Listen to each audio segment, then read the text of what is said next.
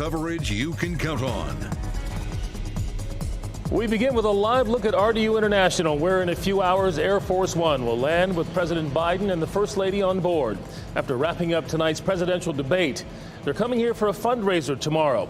We'll have a live report previewing that visit coming up. Thank you for joining us. I'm Gerald Owens. We begin with tonight's debate between the current president and his predecessor. Both candidates pushed their policies on abortion, immigration, and the economy. Let's get right to Brian Schrader in the WRAL Live Center with some of the highlights from tonight's debate. Brian? Gerald, there's going to be a lot of talk about this tonight and tomorrow about style and substance. For this moment, we're going to talk about substance and the issues that matter to you. According to our WRAL News poll, the top two issues that matter to our viewers, the economy and immigration. So we're going to start with the candidates' answers about the economy. The first question of the debate was about inflation under the Biden administration. The moderators first posed the question to President Biden, so we're going to play his answer first, and then a section of former President Donald Trump's response to that. The economy collapsed. There were no jobs. Unemployment rate rose to 15%. It was terrible. And so what we had to do is try to put things back together again.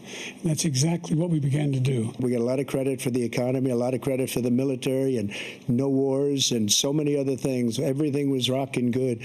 But the thing we never got the credit for, and we should have, is getting us out of that COVID mess. Another big topic in tonight's debate, of course, illegal immigration. It was on our list of the top issues that you care about as we head into the 2024 election. And again, the moderators asked this question of President Biden first. We're going to play his answer first, and then a section of former President Donald Trump's response.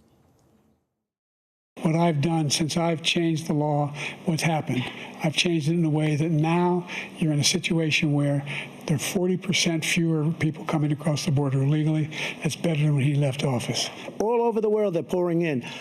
And this guy just left it open. And he didn't need legislation because I didn't have legislation. I said, close the border. We had the safest border in history. So those were some of the answers to the issues that you care about. Of course, if you just watched the debate, that was about 90 minutes with a lot of information in it. And in our main story on WRAL.com and in the WRAL News app, our partners at PolitiFact were doing a live blog fact-checking the claims from President Biden and former President Trump. You can look through there and see what their ratings were for those claims.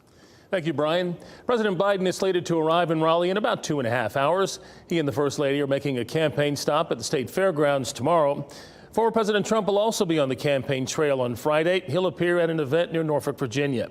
WRAL's Carly Haynes is live at RDU before President Biden's arrival. Carly? It'll be a quick turnaround for President Biden, expected to land in Raleigh here in just a few hours right here at RDU. We're expecting him to land here around 2 a.m. this morning. He'll be holding his largest campaign rally yet tomorrow at the state fairgrounds. We saw some volunteers setting things up there a little earlier today. North Carolina is a battleground state and an important one for Biden to pull in his favor. This rally is going to kick off around noon. He'll be there with First Lady Dr. Jill Biden, as you said, as well as some other special guests, including Grammy-nominated artist Fat Joe and rapper E40. So as a result of Biden's motorcade tomorrow, you can expect some traffic in and around the state fairgrounds. Carly Haynes, WRAL News, live in Raleigh. We will have complete coverage of the president's arrival on WRAL.com and our morning news starting at 4:30, and live reports previewing the president's fundraising event at the fairgrounds. Now to this story, a story we've been covering for months, the deaths of these two children.